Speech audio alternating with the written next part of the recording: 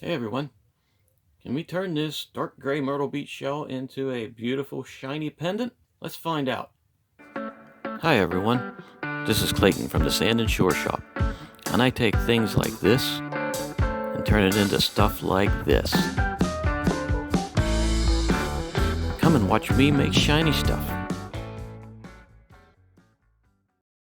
Hey everyone, this is Clayton from the Sand and Shore Shop, and previously found this shell in a container full of other shells that I brought back from Myrtle Beach quite some time before I even started the Sand and Shore Shop. And I decided, yeah, let's see if we can cut this one into a shiny. So let's look at what we got here. The blue pointer is back. So here, around this edge, we've got, it looks like just the deep gray color, which isn't a bad thing. It doesn't seem to be decomposing, which is also a very, very good thing. The backside's white, and I can see some layers in here. There's also a few layers on the outside here too. And this is I don't know what to really say other than this is just a shell. So we have some gnarlies here, some bristleworms or sponge gnawings. But I think what I'm going to do is take and trim this flange off here down to this gnawing, like that. And perhaps just round off this edge here, sort of that way. That might give us a very pleasing look. So let me put a pen here. So what I'm saying is, I'm going to sort of bring this down like that. So if that gives you somewhat of an idea, I'm going to just bring it right down through there, and then just round this corner off. Zoop, zoop. There, we got the zoop. For some reason, the zoop wasn't working on this pen. I hate it when the zoop don't work. So I can easily do this one on the wheel, but this one, not so easy.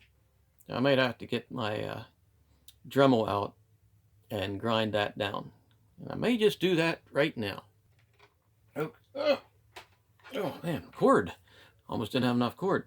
Okay, this is a diamond grinding wheel. Very inexpensive one.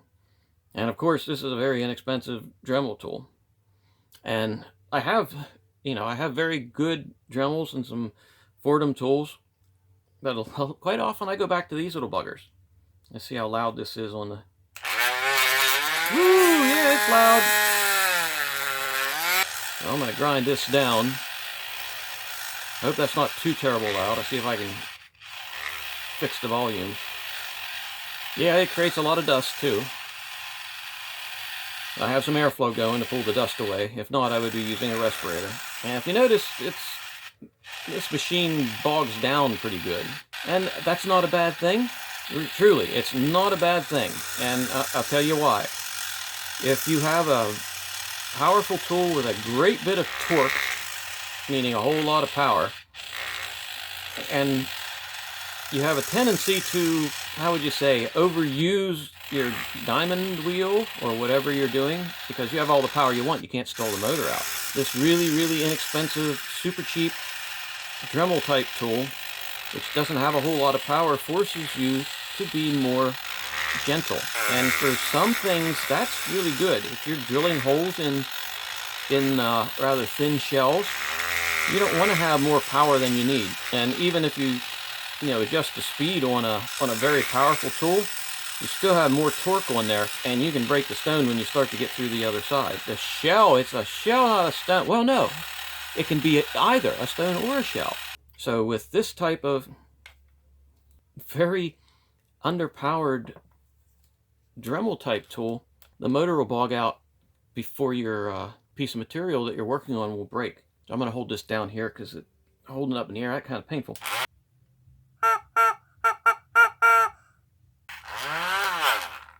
Where is the brush of destiny? The brush of destiny. See? Another thing about not being very powerful, it doesn't blow a lot of dust everywhere. It still blows dust, but maybe not as bad. Now, I wanted to look at this. I just sort of brought that down somewhat. But the more I look at it, the more I think I'm going to have to follow those original lines so I can highlight this. I can highlight this curvature right here.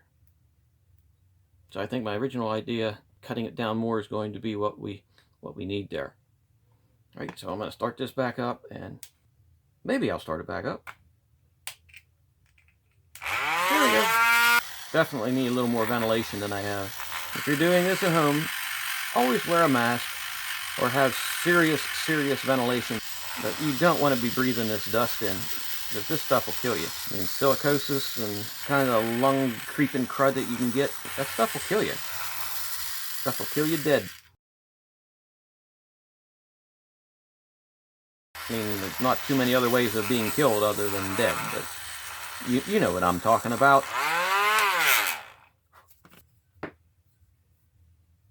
Okay, we're getting a pleasing shape there. I don't think I want to go down too much deeper in there. Maybe get a little finer grinder out and cut that in there a little bit. And I might just do this edge while I'm here. Why is this not working? Ah! What is... Oh! Oh, looks like the switch is going bad. I expect more out of a $9 piece of equipment. You know what I mean? There it is. Right, now I'm going to trim that down that way. I could do this on the big wheel, but I'd rather show you. Now I'm afraid to turn it off in case it won't go back on. Alright, so there's what we're getting so far. I may do a little bit to this edge, but I'm going to do that on the wheel instead of with the Dremel. This lip here will have to be trimmed off. And I will do that with a more aggressive wheel later on. But for now, I'm going to take this over to the polishing, or I'm going to take this over to the diamond wheel and trim the edges up before I start working on the face. So I shall be right back. All right, I'm back. And I trimmed that up just a little bit. I didn't round it off too much more. But as you can see, it's got some really dark colors to it that might show up pretty nice. So I'm going to work the face a little bit and then show it to you before I get it onto a dop stick. Okay, I'm back. And as you can see, the shell's starting to look a whole lot different already. I worked the face down just a little bit, up towards the heel and down towards the point. And it had sort of that petroleum type smell of decomposition, but not horribly bad. And you can see the gray up top is starting to decompose a little more than it is down here, but down here we still have some colors. And the best way for me to proceed with this is to get it onto a dop stick. So that's what I'm going to do right now. So we're going to dop this before we go any farther with it. Okay, I have the shell on a stop stick, but I'm going to try something new. I've never tried doing a shell with wax before. So I'm going to take this over on the wheel and see how this works out. Well, I'm back pretty quickly. Well, first off, the wax isn't going to work too well. I was afraid it wouldn't. Let me wipe this off. It's way too wet. I was able to get the shell polished down somewhat, or cut down somewhat. It's got some nice grays up here. And we have some colors here, and I don't want to go too much deeper because we're going to take that color out. I may eliminate, or have to get the Dremel and grind this part out a little bit to get this black away and to smooth this up. So I may just do that right now. Well, I am going to do that right now. And then I'm going to redop this. Okay, be right back. I'm back. Okay, well, I trimmed up where I said I was going to trim up, and even around this edge. And I dropped it. And smoothed, took off some of the back too while I was at it. I may take a little more off of here.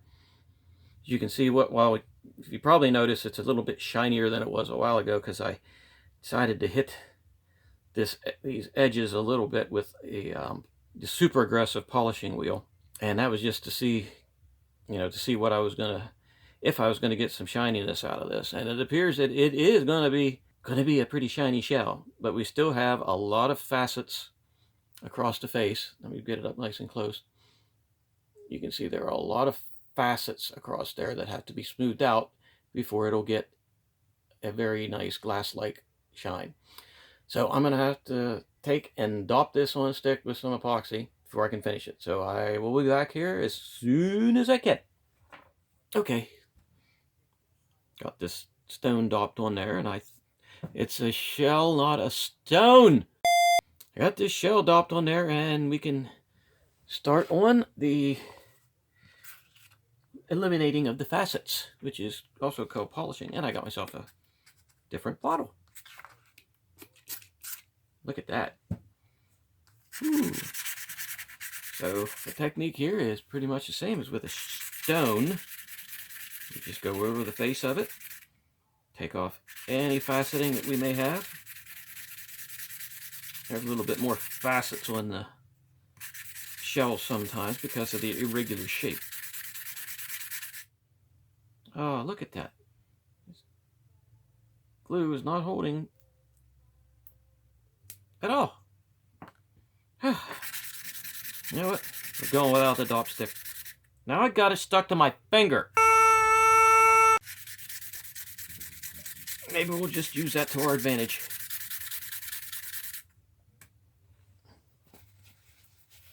Yeah, then I come down with chemical burns tomorrow. Oh my, can't get it off my finger.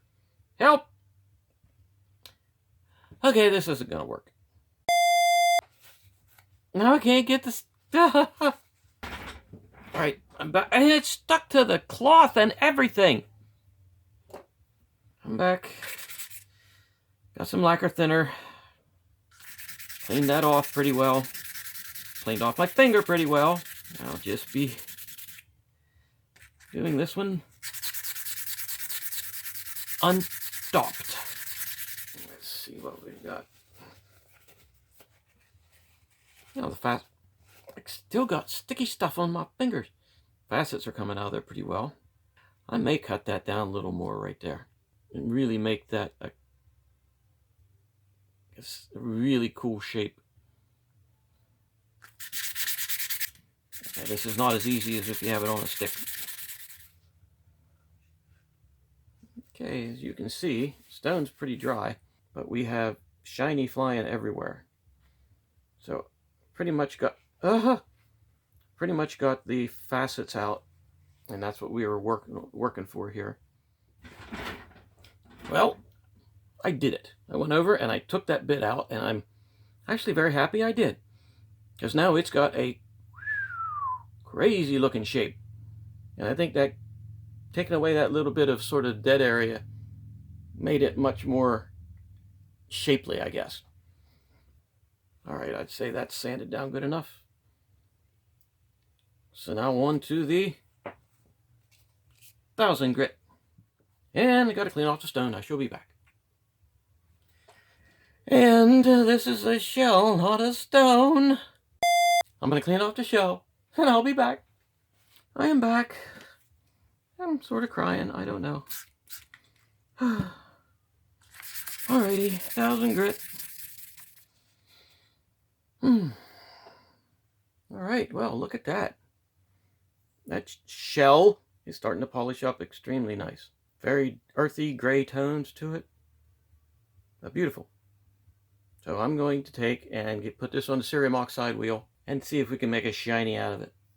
Alright, I'm back. Let me clean this up. And there are times when I'm doing shells that I get surprised, and this is one of those times. That shell, the richness of those colors just went through the roof as I started to polish it.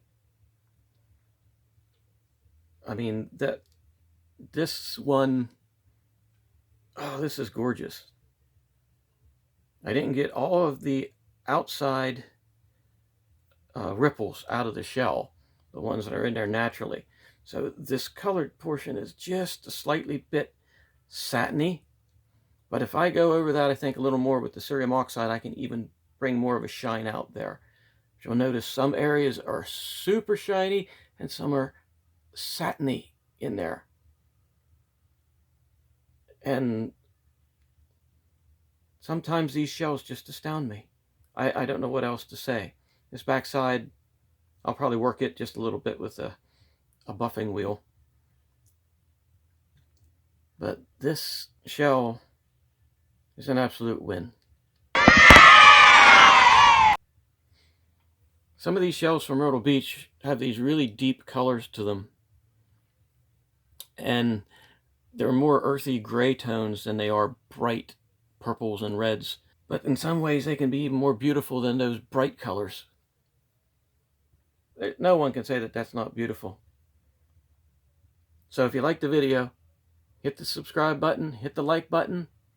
I'll be making more videos like this.